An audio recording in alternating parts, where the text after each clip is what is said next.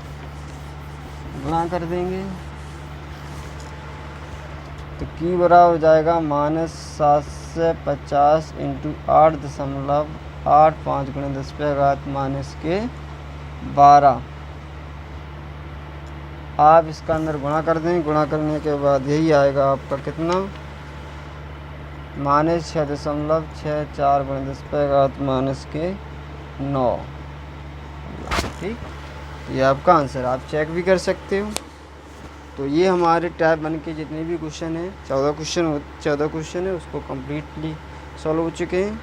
और अगर मेरे YouTube चैनल पर अगर आप नए हो तो आप मेरे चैनल को सब्सक्राइब करें और कमेंट करके ज़रूर बताएं। धन्यवाद।